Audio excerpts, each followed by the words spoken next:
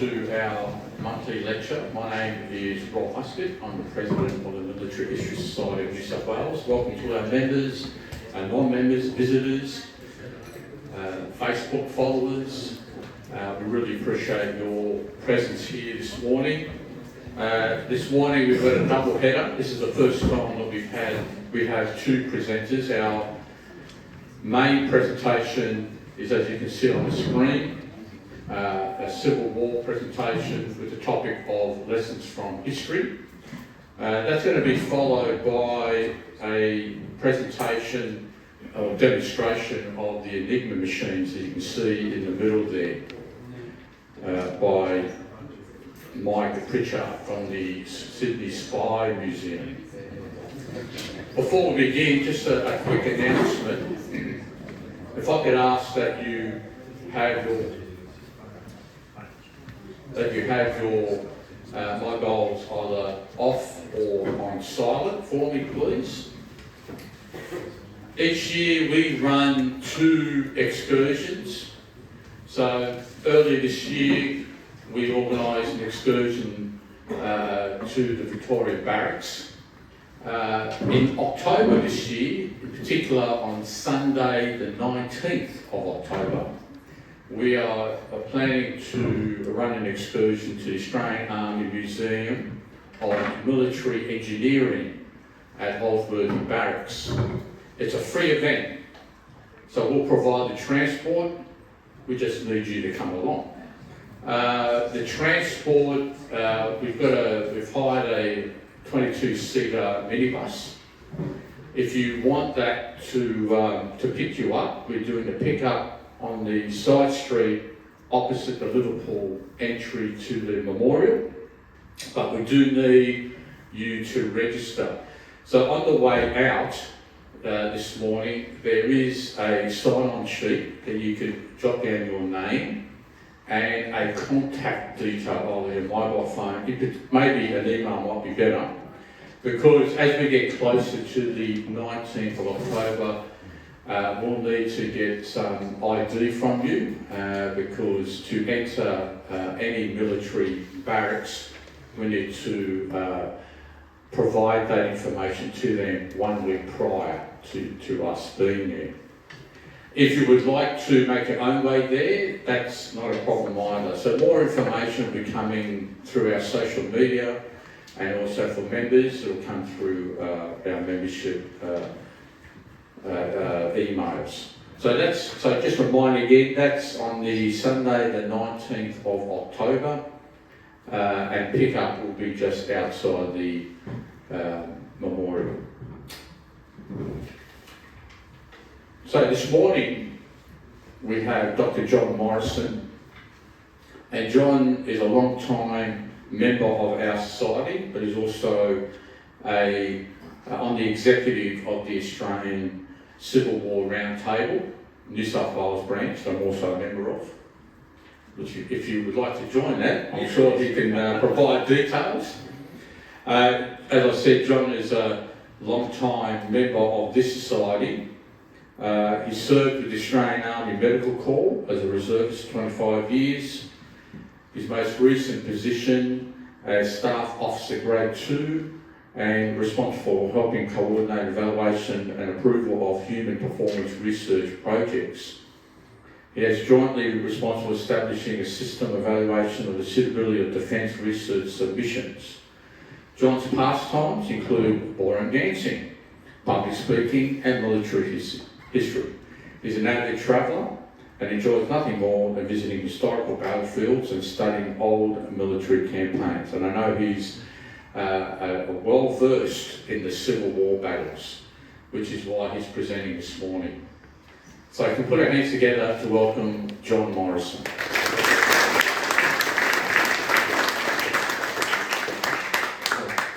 Thanks, Rob. My niece always says to me, God, Uncle John, you're such a nerd. And she's probably right too. I got to tell you, in all honesty, I mean, I'm not for 1 minute vain enough to think that you're all here to hear me. You want to have a look at those. So do I. So let's get it.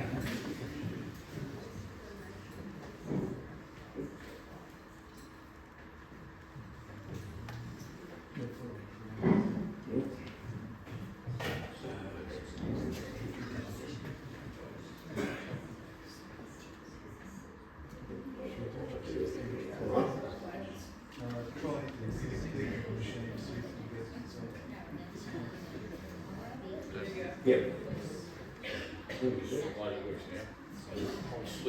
Oh, on sleep. It is Saturday morning. Okay, you all know Santayana's famous saying that those who cannot remember the past are condemned to repeat it. I think any student of military history should look at that one. And by the way, I also remember seeing someone, I think it was Ericsson, who said, armies seldom learn from the mistakes of other armies. They pretty much have to learn by making the mistakes themselves.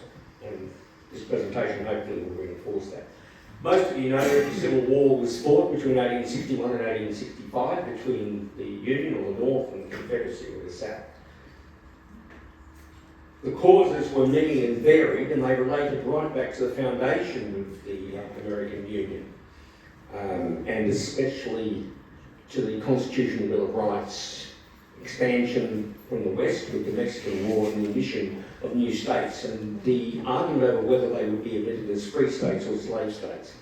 You then had things like popular sovereignty, where people were allowed to determine for themselves whether they wanted to be free or slave. You had John Brown, who attempted to cause a slave insurrection in the late 1850s. The election of Abraham Lincoln, who, by the way, was not pledged to emancipation. He pledged merely that slavery would not be extended to the new states, but that was enough for the South, and 11 states seceded, and the rest, as they say, is quite literally history. But the main issue was slavery. The Civil War was fought over slavery. That's not to say that it was fought for emancipation. That wasn't a war aim until really the very end. But the Civil War was fought because of the issue of slavery. There's a lot of people who say, oh no, it was the extent of the federal government, the reach of the federal government and states' rights. Yeah, the rights of the states to keep people in chains and use them as unpaid labour. That's the states' rights they were talking about. Broadly, you had an eastern and a western theatre. The battles are well known. I won't go into any of them in any great detail, but they are all very much interesting and worth studying. Many of them are still studied literally to this very day in military academies and staff colleges. I mentioned in a previous presentation the three main strategies of 19th century warfare. Firstly, that you destroy your enemy in a great battle. Secondly, you seize strategically important sites. And thirdly, you try and capture their capital. And probably if you do the third, that would incorporate the first and second. Total warfare had been emerging for some time. But the Civil War was probably, I won't say it was the first, but it was probably a major example of total warfare. The idea being that in addition to 1, 2 and 3, you destroy your enemy's economy and with his capacity or capability to make war, and secondly, you break the will of the people to resist. Pretty brutal, pretty ruthless stuff, but there were the Civil War generals, several of the Civil War generals are often hailed as being the first modern commanders, and in many ways they were. Wes Clark, General Wesley Clark, I probably should call him to be respectful, who was the Supreme Commander of NATO, honours graduate from West Point, Rhodes Scholar, decorated combat veteran and presidential candidate in 2004, said one time, when he was actually talking in the context of the Vietnam War, and he said, you can win a war with flawed tactics provided you've got a clear strategy. The North had that. They had a clear strategy right from the very beginning, and they really didn't vary from it. You've all heard of the Anaconda Plan, which was three-pronged. Firstly, you blockaded the southern ports. Secondly, you seized control of the Mississippi Valley and prevented the supply of men and material from the Western Confederacy, so you cut it in two. And thirdly, you secured the border states, and you also sent an army to threaten the Confederate capital in Richmond. Okay? And they never varied from that, even though some of their tactical approach was pretty poor. That was always their strategy. The South didn't really have a clear, definable strategy in the beginning. They basically kind of really hoped, wishful thinking probably, but a lot of them just hoped that the North would just let them go in peace, that they could form their own country and, they might fire a few shots and have a couple of meetings, exchange treaties, sign a couple of treaties and so forth, and it'd all be over by the shouting. Didn't work out that way. So what they had to do was they evolved a strategy that might have worked. In fact, it came close to working on a couple of occasions, to wear down the Union forces through defensive rather than offensive battles, although they certainly didn't stick to that because they invaded the North twice with disastrous consequences. When they stuck to the defensive, they did pretty well. To outlast Union political or civilian will to persist, they came very close with that. The Union was at the point almost of giving up. And then, of course, to seek foreign recognition. The superpowers of the time, France and Britain, would probably have loved nothing more than to recognise the South, but they could not ally themselves with the South that permitted the institution of slavery. The outcome, of course, was a Union victory and the dominance of the by now industrialised North. That's an important consideration as well, and I'll say something about it a little bit later.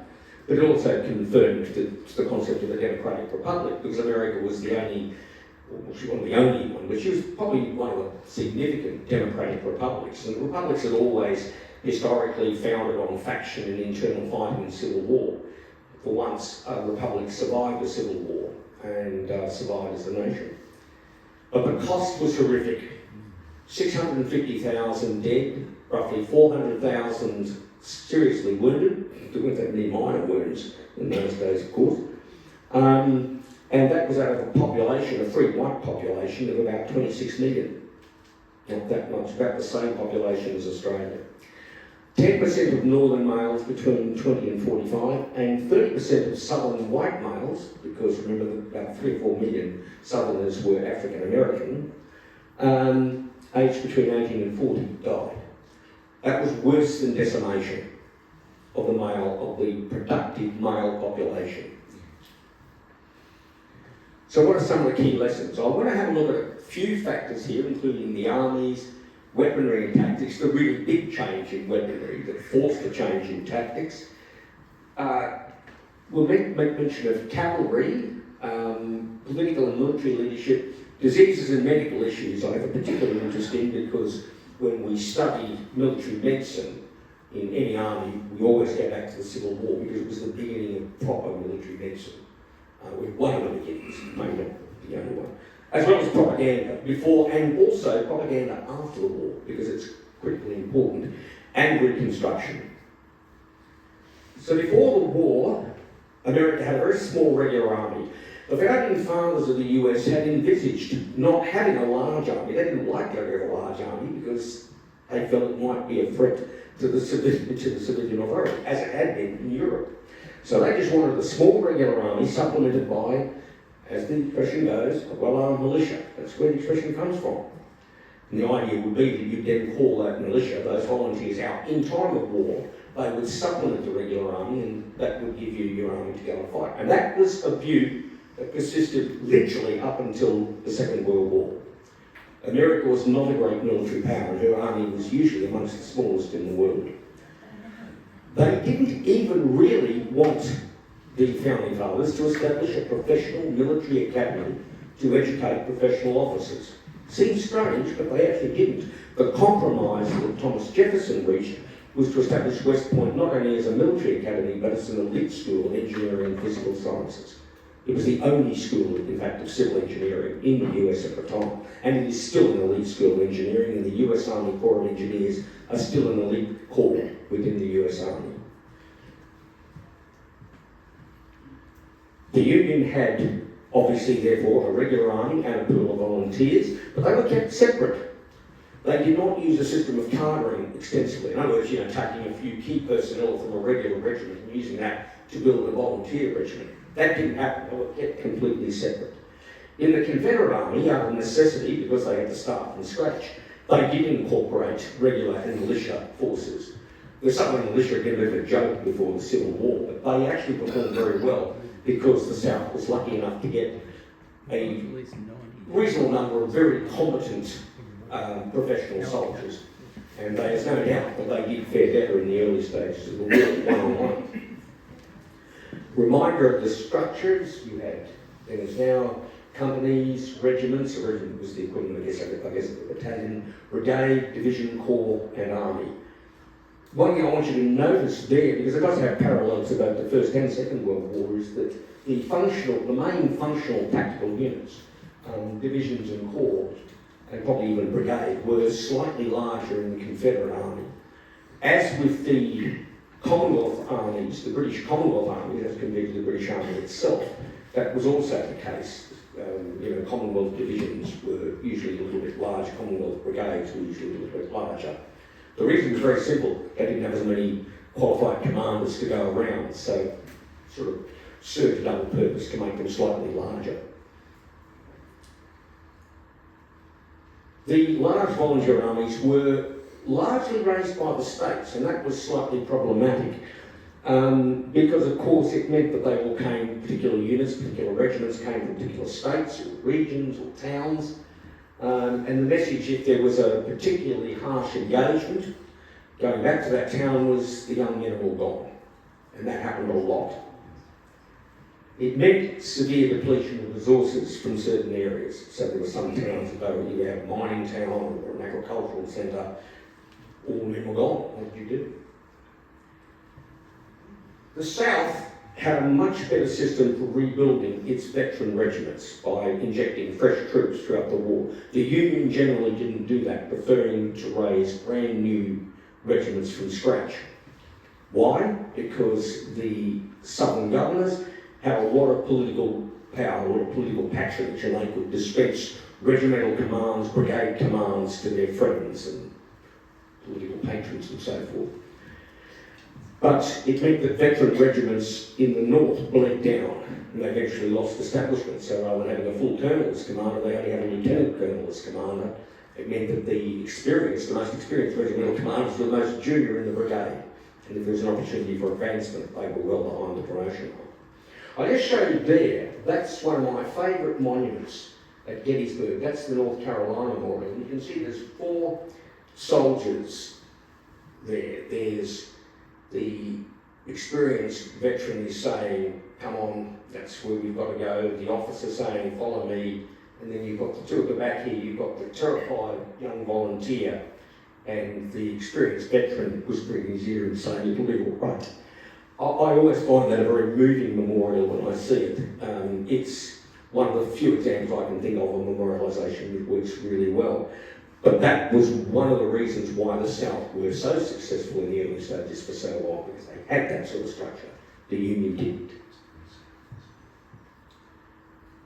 And as a parallel, of course, to the First World War, one of the most heartbreaking experiences I think I ever had was the first time I went to the Nennen Gate about 12, 14 years ago, and there was a group of school kids there from Surrey. And I was talking to them and their teachers. They were the descendants of one of the Powell's battalions. We started out with about 1,200 men on the first day of the Battle of the Somme. A few months later, there were only just slightly less than 300 left. And that, of course, is typical. I mean, there's plethora of stories like that. But that is one of the problems. If you don't rebuild your veteran units, you lose that establishment. You also, if you raise units in particular areas, in particular towns, it can have a devastating impact. And it did. Weaponry and tactics. The biggest single advance in weaponry was rifling, which although it had been around for some time, it became industrialised with both the rifled musket and the rifled artillery piece during the Civil War. And what rifling does, as you all know, that's the grooves carved into the barrels. It doesn't, assuming everyone here does. It increases both range and accuracy. Now, people mentioned there the change of some of the weapons that emerged, like the Spencer repeating rifle and the Gatling gun. Forget about the Gatling gun, there were maybe, I don't know, half a dozen, if that, used during the war. People sometimes pretend that they were a war-winning weapon. They weren't. The repeating rifle was issued to several of the dragoon regiments, several of the cavalry regiments. Lincoln at one stage did suggest to the War Department, hey, maybe these are really good, these repeating rifles, maybe we should issue them to all the infantrymen. And you can probably guess what the Ordnance Department came back and said. I'm wasting way too much ammunition if we do that. Funnily enough, The British Army Ordnance Department said exactly the same thing in the 1950s about the issuing of semi-automatic and automatic rifles to riflemen. And remember that the British Army was still using the bolt-action short magazine Lee Enfield right up until the mid-50s. Pretty much the same rifle they've been using since the late 19th century. Very good. I mean, the SMLE, as we all know, is probably one of the best, if not the best, bolt-action rifles, that's next to the Mauser, ever designed. But it was still a bolt-action rifle, whereas most other armies had swung over to semi-automatic and automatic weapons. The tactics changed because the rifled musket was accurate and deadly at about 800 yards, way over anything previous. So the idea that you just march a line of men, they march out, each get maybe one shot at each other, and then they close and they give each other the bayonet and hand-to-hand combat and so forth. Those days were gone. You're now into things like skirmishing, the 3-to-1 assault, fire and movement, piercing and circle. It meant that the frontal assault and fighting in squares, etc. was gone. That was a lesson that most Civil War commanders hadn't learned. Sadly, an awful lot of World War I and even in places World War II commanders kind of hadn't learned that frontal assaults really weren't an awfully good idea.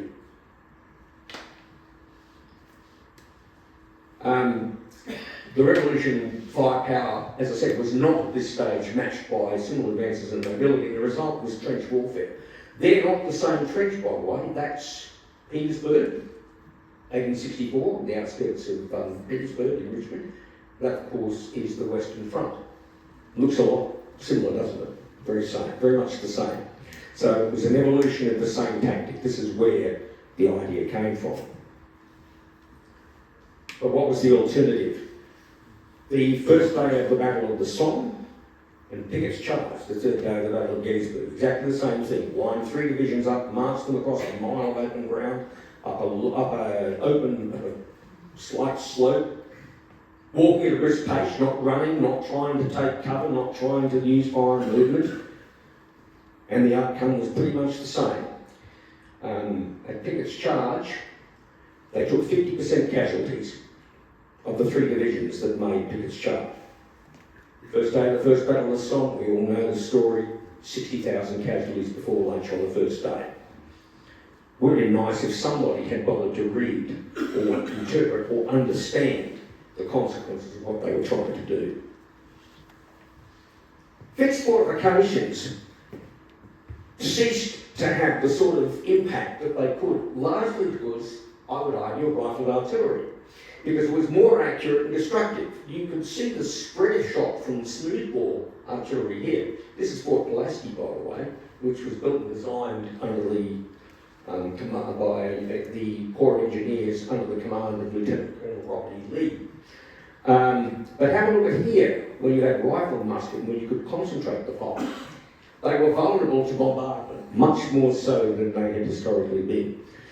Urban fortifications were actually more resilient, and I think probably a couple of people, Dennis would probably remember when we were in the south, remember we saw some of those urban forts and they stood up pretty well, whereas it was the stone forts that really just couldn't resist, that couldn't stand up to constant bombardment. Yet we persisted with fixed fortifications into the First and Second World War, and probably beyond, if the truth be known. So you had things like, and this is on both sides too, the Hindenburg, Maginot lines and the Atlantic Wall. I've always loved that quotation from George Patton, that fixed fortifications are monumental to the stupidity of man. And I think that that's probably pretty true. Mind you, he by then had mobile armoured forces, which makes a bit of a difference, but still, it is true.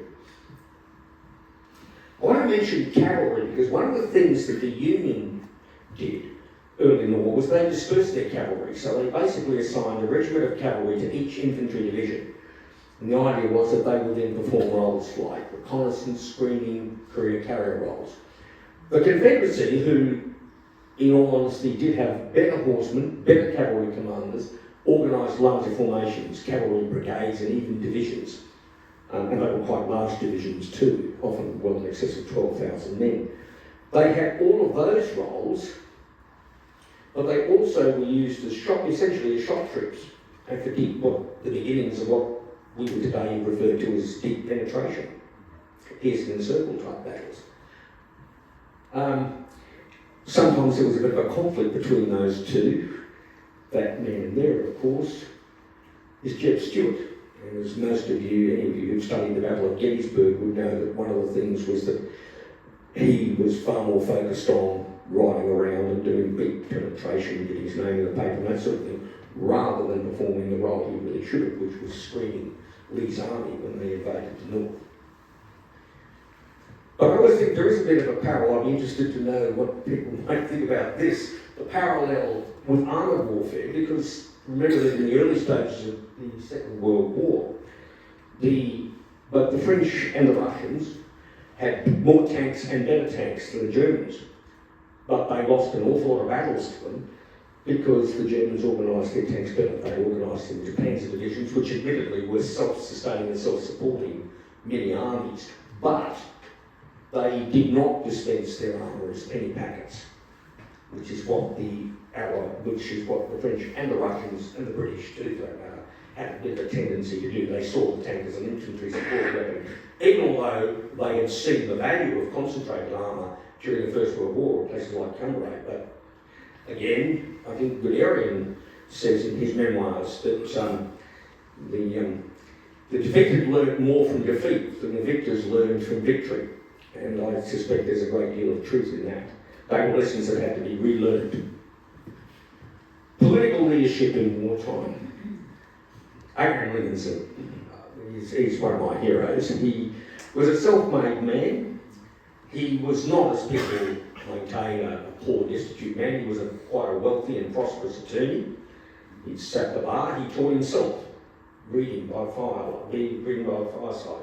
Then sat the bar and passed it with honours and became one of the most prosperous attorneys in the Midwest, in the Midwestern Circuit. He emerged as a politician. He served one term in the House of Representatives, and he became Commander-in-Chief. He came to resist political interference. He did interfere in the beginning with a lot of his generals because he was trying to learn what was going on. But as competent commanders emerged, he gave them their head and let them do what they basically let them do what they needed to do just to keep him informed. He centralised consummate powers. He was a consummate politician, highly intelligent, as shrewd as the day is long, and quite ruthless in some ways as well too, but a very, very, very clever politician. He understood right from the start the strategic requirements necessary to win the war. But he emerged as a political candidate almost by default, because all the others fell out, a bit like Stephen Bradbury really. Several of his opponents for the Republican nomination in 1860 ended up in his cabinet, and several of them, like William Seward, became very valuable allies.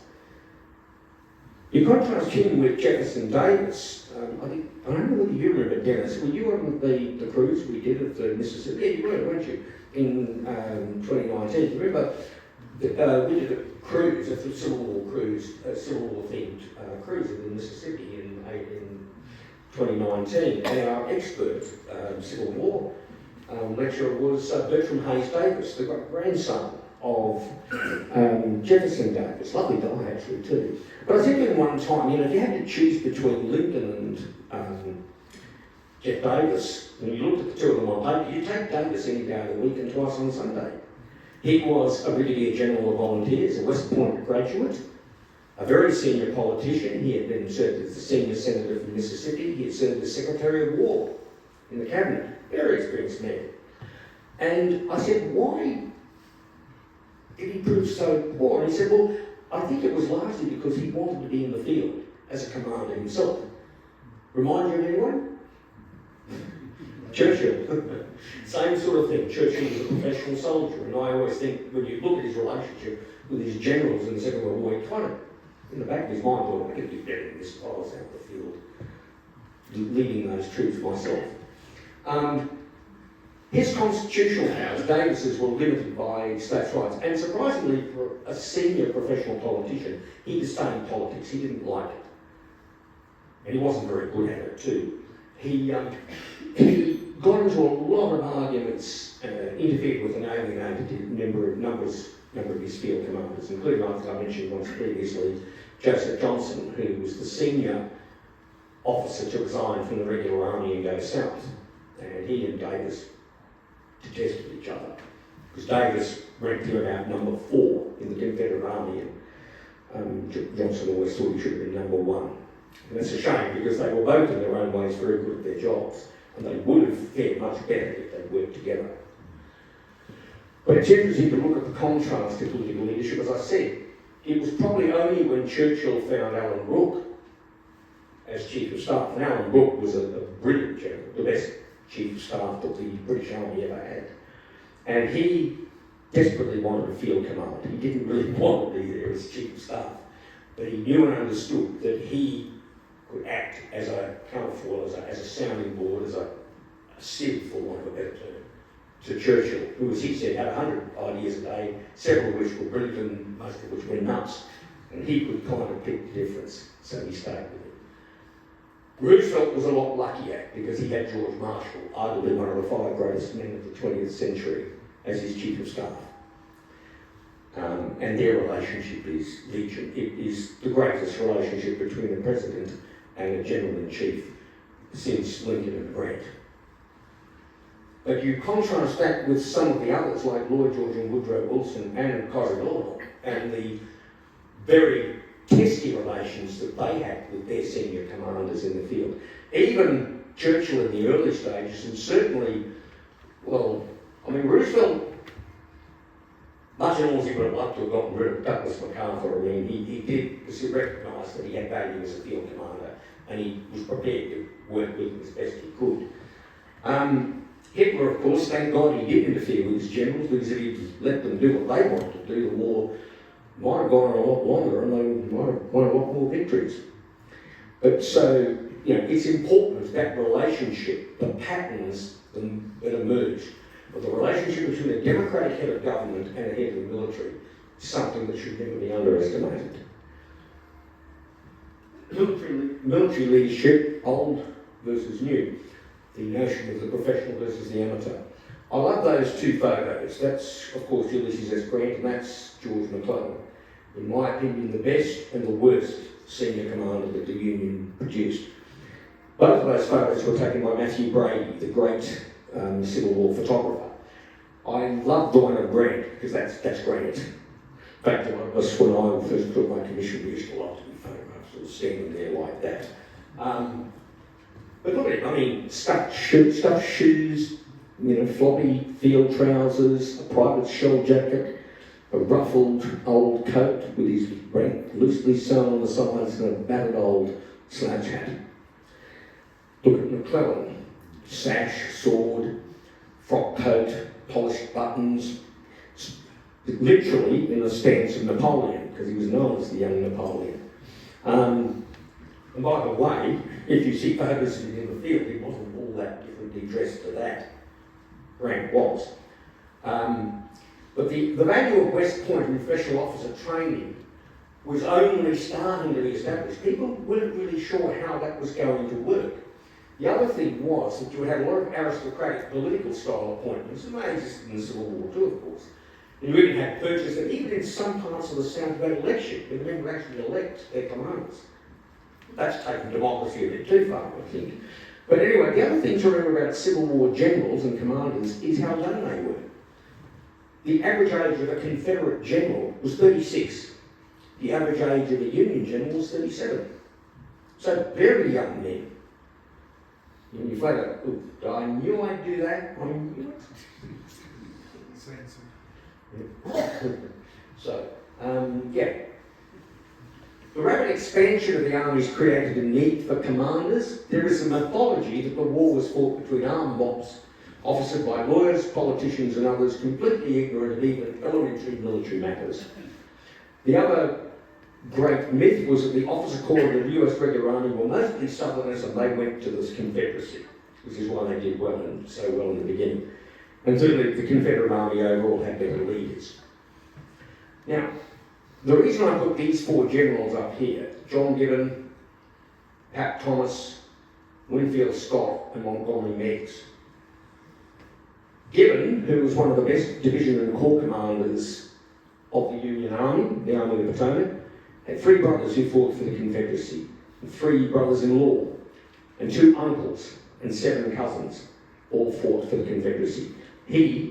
Although he was born in the North, but he grew up in, was educated, and was appointed to West Point from North Carolina. But he stayed loyal to the Union. Pat Thomas came from an old Virginia family. His family disowned him because he stayed loyal to the Union. They turned his photograph to face the war. He was the number 3 general of the Union Army. Winfield Scott, only the second man ever to reach the grade of Lieutenant General, the hero of the Mexican War, the man who devised the Anaconda Plan, the strategy that won the Civil War for the North, was a Virginian who stayed loyal to the Union. And Montgomery Meigs, the Quartermaster General, also a Virginian, who lost his son, who graduated first in his class from West Point. And when he was asked, because they needed to establish a new war cemetery in Washington, and some of you probably know what he said, take the grounds of Arlington, which was the home of Robert E. Lee, and he said, and lay the graves out right to the front door so no one can ever live there again. And that is still Arlington Cemetery to this day. So there are 4 men from the South, inverted commas, who stayed loyal and fulfilled very important roles in the Union Army. And they weren't the only ones either. It's interesting to note that professional soldiers made up almost a third of the generals of the Union and the Confederacy. There were a lot of lawyers and jurists. That's probably because they were prominent local citizens and they were senior in the militia and therefore senior in the volunteers, and therefore they advanced relatively quickly. And some of them were very good. Some of them were not much chop, but some of them were very good, and so forth and so on. Very similar backgrounds actually between both the North and the South. It's also interesting to look at the officers of the regular army, the 950 officers of the regular army at the time the war broke out. And interestingly enough, you find that Southerners only dominated really in 2 areas: the cavalry and also the field grade officers, majors and colonels. Probably, again, because that was an area where the Confederacy did very well in the beginning, because they did get a preponderance of officers there. But have a look at this figure here. 239 officers resigned to go south, and 10% of them were actually Northerners. That is a smaller percentage than the population of the South represented of the whole of the United States. So to say that the professional officer class was dominated by Southerners is wrong. It's correct really only in one area, overwhelmingly, and that was cavalry, where unquestionably the best cavalry commanders were Southerners. I like to compare Grant and Lee. Both of them were West Point graduates, both of them were distinguished soldiers who had served distinction during the Mexican War. Grant was in many ways a self-made man. He was not, contrary to popular belief, a terrible student at West Point. He graduated in the exact middle of his class. He excelled at 2 subjects. Anybody know what they were? One was horsemanship. What was the other one? Mathematics. He was a brilliant mathematician, and Lincoln said in 1863, we have the army, we have the men to win we have everything necessary to win the war. All we need is a general with the will to use them. We haven't found him yet. When we find that killer arithmetician, the war will be all but won. That was Grant, the killer arithmetician. And if you look at his battle plans, if you look at his battle orders, they were almost algorithmic. They were almost mathematical in the way that he laid them out. He was lucky in that he was appointed to the Western Theatre, free of the worst political dominance and able to essentially develop as a commander, make his mistakes, learn, and come as a great commander afterwards. Lee was a Virginia aristocrat. I always loved the descriptor in the famous Burns series on the Civil War, where it said that he came from a family that was as prominent and distinguished as Grant's was ordinary. And it's true. He was the son of Light Horse Harry Lee, George Washington's cavalry commander. Very prominent family, a great old soldier, a wealthy slave owner. He was subjected to a fairly high level of political interference. He was highly respected on both sides, in fact so well respected that Lincoln he was offered the command of the Union Army in 1861. And at that stage, Virginia, which was the last or one of the two last states to secede, had not yet voted for secession. And he held off, and when they did vote for secession, he said, no, I have to go with my country, which is how he saw Virginia. And so he went to the south. He had a tendency, I think, to focus on the tactical rather than the strategic, although he did probably more than most Confederate commanders, he understood the strategic importance. But if you compare the two, Lee was tactically successful for the whole war, unlike Grant. He was actually quite flamboyant. He didn't mind at all being seen by his men, having his men identify with him and seeing him as Master Robert, and, as a good luck talisman and so forth. Grant never did that. Grant was distinctly unglamorous and unflamboyant. Lee, as I said, misunderstood Grant's strategy. The interesting thing I always find, whereas Grant had a great understanding of strategy, and that's why his victory at Vicksburg, same time as the Battle of Gettysburg, but his victory at Vicksburg ensured the eventual defeat of the Confederacy. They couldn't recover from that. Grant, for many years, was seen as a butcher. You've all seen the stories about him as a butcher. He just lined up masses of men, marched them down to huge and horrendous casualties, and eventually bulldozed the Confederate army. Nothing could be further from the truth. His overall casualty rate in all the battles he fought was about 20%. Lee's was about 30%, and if Lee had fewer men to begin with, and therefore had an obligation to be very careful with the ones he did have, well, who's the butcher? Take it again. Military leadership in both the First and Second World War, purchase and political patronage, we know by the time of the First World War, were dying, but they weren't yet dead.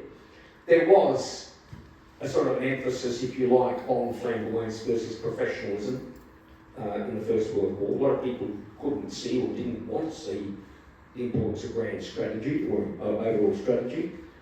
Many military leaders had a tendency to focus on tactical rather than strategic in World War II as well, such as when the German generals in Barbarossa vied with each other to be the conqueror of this city or the conqueror of that city, or the subduer of this region, without looking at what they were really trying to achieve. And by the way, Allied generals, such as both Patton and Montgomery, or maybe not so much Montgomery, but certainly Patton had a tendency to want to be the conqueror or the liberator of this city or that city. But to be fair, he also saw that as being part of an overall strategy. There was also a failure to nurture new leaders, I think, in the Second World War on both sides, and also a focus on elite units that tended to drain resources, oftentimes without really producing results that were commensurate with the resources they had. As to Civil War influence, I put Stonewall Jackson up here. He's one of my, everybody who studies the Civil War loves Stonewall. And so did all of these great generals here. Patton, Manstein, Guderian, Slim, Sir John Monash, and Montgomery. They all studied Jackson. So yes, even a Civil War general could be very, and still is influential. He's still studied at war colleges and staff colleges throughout the world, even to this day, including our own. Diseases and medical issues, as I said, is something dear and dear to my heart. Don't you love that? That's a field medical officer's kit. They're amputation saws.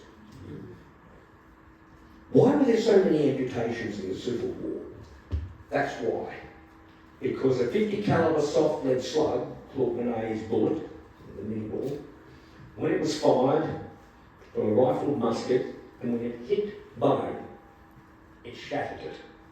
It was essentially a dum-dum bullet, and they had no choice if it hit a limb other than to amputate the limb.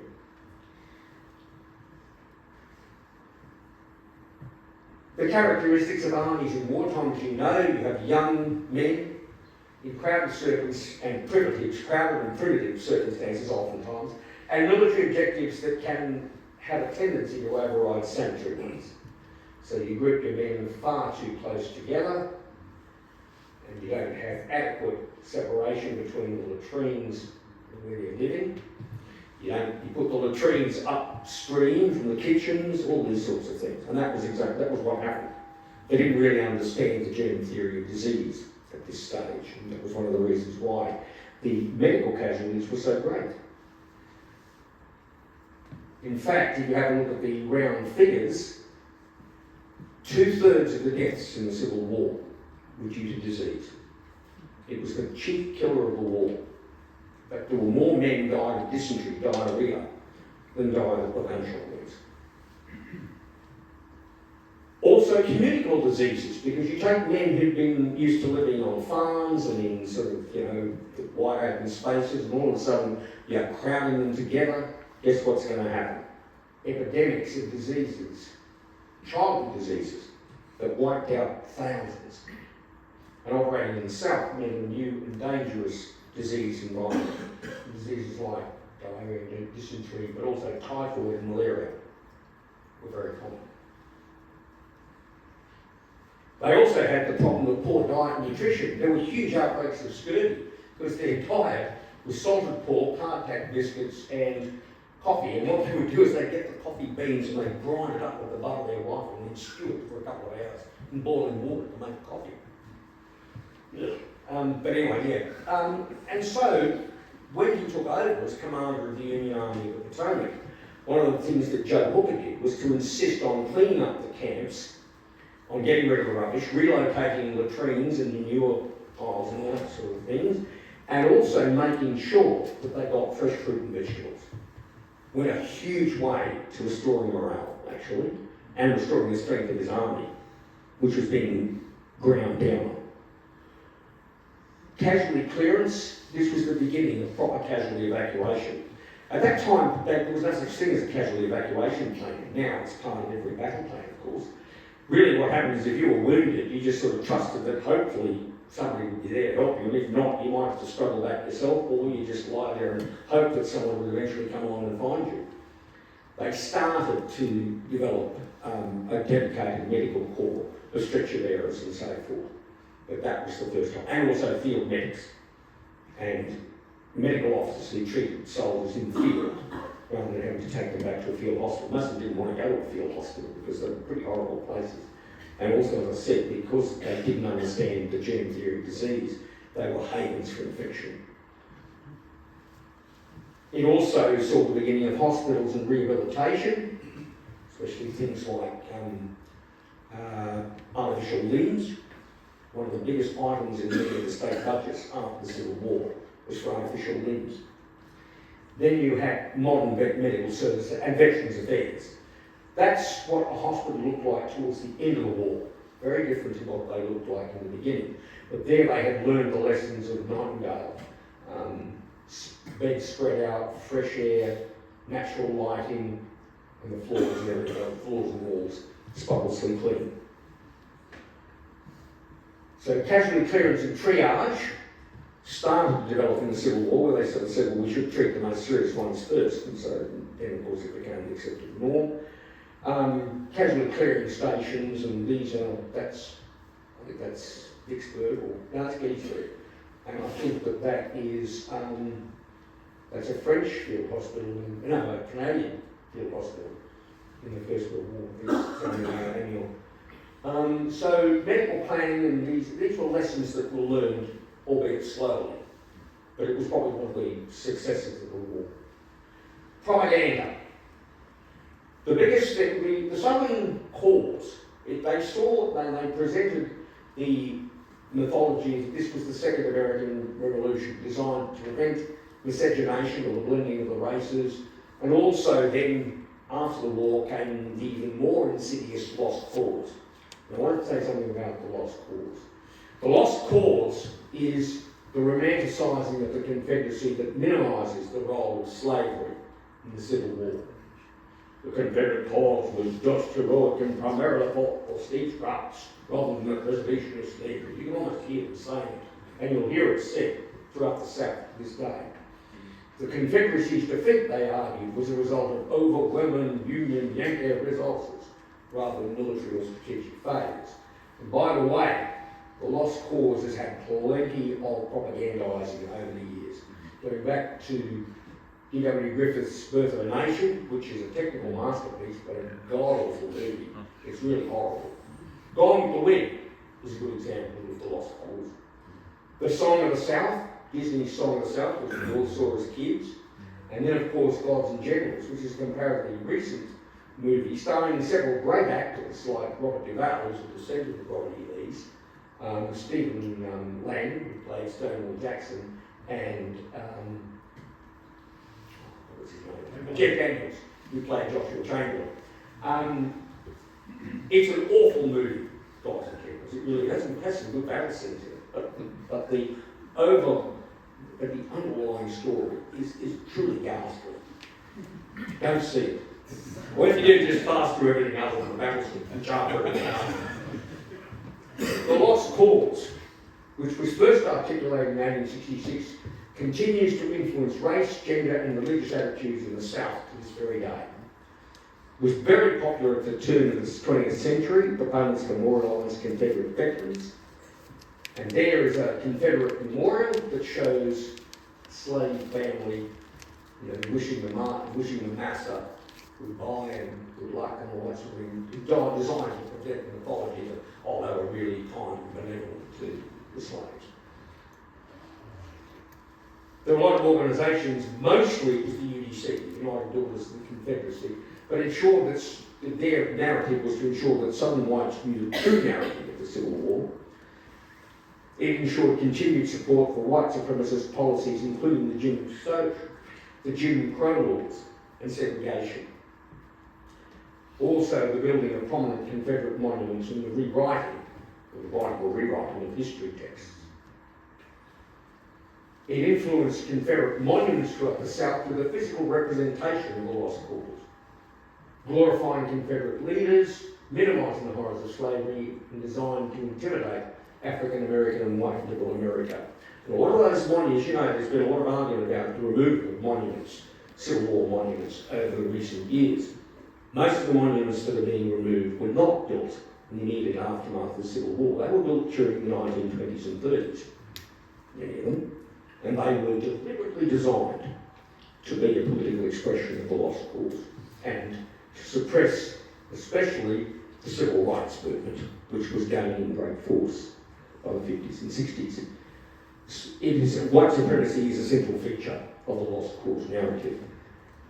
Has it had its day? Well, if somebody can carry a Confederate flag into the rotunda of the Capitol, where once Lincoln, Eisenhower, Reagan, Kennedy, Roosevelt and others lay in state, you be the judge. That is Stone Mountain, one of the biggest memorials to the Confederacy. It has a huge statue of Jefferson Davis, Stonewall Jackson and Robert E. Lee. Look at it. Contrast that with Thiepval and the Men in Gate. I don't know about you, many of you I'm sure, probably had a similar experience that I had. You go to Thiepval, places like Thiepval and the Men in Gate on the Western Front, and there's no glorification, there's no self-aggrandisement, there's no monumentalism. They're very simple, they're very dignified, they're very moving. I've openly wept at both of those memorials. And as a parallel, one of the worst parallels, I think, with the Lost Cause was the stab in the back myth in Weimar, Germany. We know what the consequences of that were, the rise of Nazism. It has a direct parallel, it's exactly the same mentality. Refusing to accept what happened and mythologising the conflict. Recovery and Reconstruction. Lincoln initially wanted to, as he put it, let them down lightly. His attitude was welcome the Southerners back into the Union as full citizens and let them go back to their farms and workshops and let them get on with building the country. Unfortunately, a week after he used that expression, he was assassinated, and that gave the radical Republicans the excuse they needed for Victor's vengeance, and boy, didn't they come up with it. The radical Republicans really punished the South with Reconstruction. But one thing that did happen in Reconstruction was they had to rebuild the population, especially the male population. They built this industrial plant. And remember, America was late to the Industrial Revolution. They were way behind the British and the Europeans. They were primarily an agrarian economy. Now they had this industrial plant. They had potential to be a great industrial power. So through mass immigration, they became multiracial, multi-ethnic, and they became potentially, and then subsequently in actuality, the greatest industrial power in the world. It's interesting to contrast that with what happened after the First and Second World Wars in countries like Britain and France. Population reconstruction was never as extensive, and you can argue that neither of those countries ever fully recovered from the ravages of the First and Second World War, the First War in particular. They did use Victor's vengeance at Versailles, mind you, so did the Germans at Brest-Litovsk against the Russians, so they didn't really have too much cause to complain. And that led to the Second World War. And you contrast that with the Second World War and with the Marshall Plan, which rebuilt and helped to rebuild and reconstruct the vanquished foes. That was kind of the first time that had really been done properly, and it's one of the reasons why the world emerged. It was a very different place. So, the final lesson, democracy versus autocracy. Democracy is not perfect. Winston Churchill said it's the worst system of government apart from all the others. I suspect he was pretty right. But the desire for freedom will win out. Mind you, democracy and freedom are fragile and have to be periodically defended. If someone had told me that in 2021, I would see people with Confederate flags and Confederate battle flags and Nazi battle flags standing on the steps of the Capitol, I would have said, pull the other one. It plays jingle bells, but it didn't. I'll leave you with the words of Abraham Lincoln, because I don't think anyone can say it better than Lincoln did at Gettysburg. From these honoured dead, we take renewed devotion to the cause which they gave the last more measured devotion. We hear highly resolve that these dead shall not have died in vain, that this nation under God shall have a new birth of freedom. The government of the people, for the people, by the people, shall not perish from the earth. Thank you.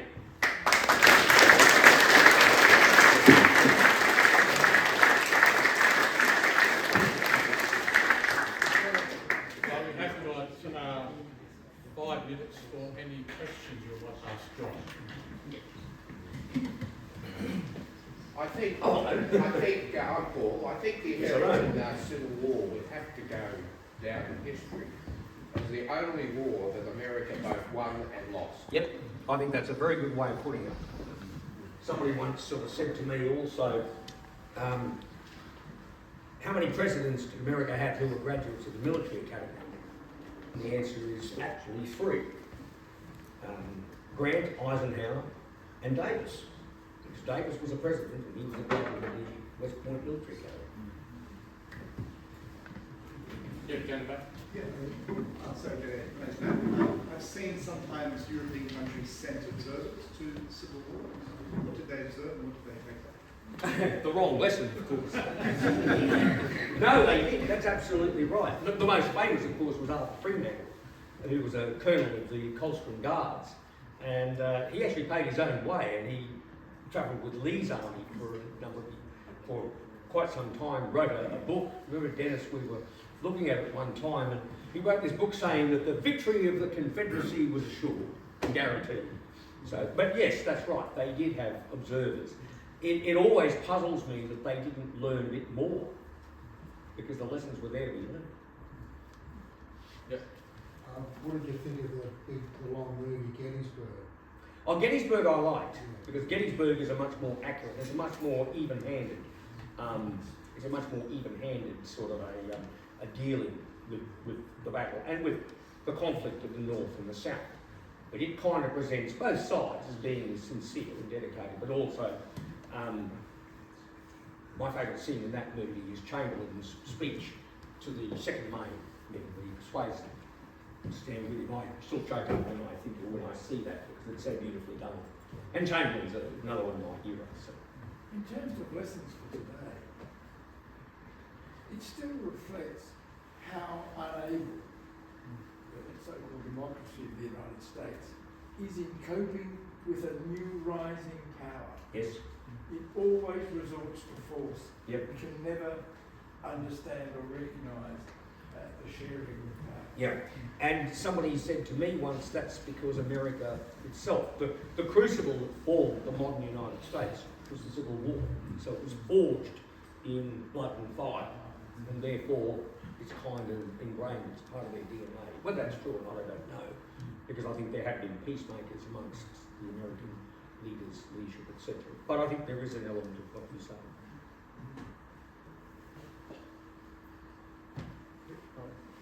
I explained to my children when we get involved in the American Civil War because we didn't have one of our own, so we're lucky enough to borrow America's. But interesting, put Abraham Lincoln's thing there.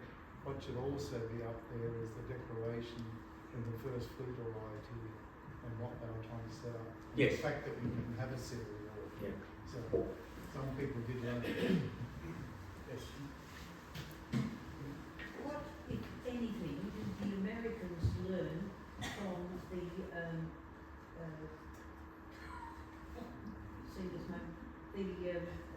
war the British fought in the 1850s? Oh, right, yeah. Yeah, so Thank you. What was it when- Nightingale aspects. what if any did the Americans learn from the Crimea? After all, it was only a few years beforehand. They, I hate to say it, but probably not very much, really. They kind of did, the South did learn some lessons in relation to the use of cavalry. They certainly learned something in terms of the use of artillery and firepower.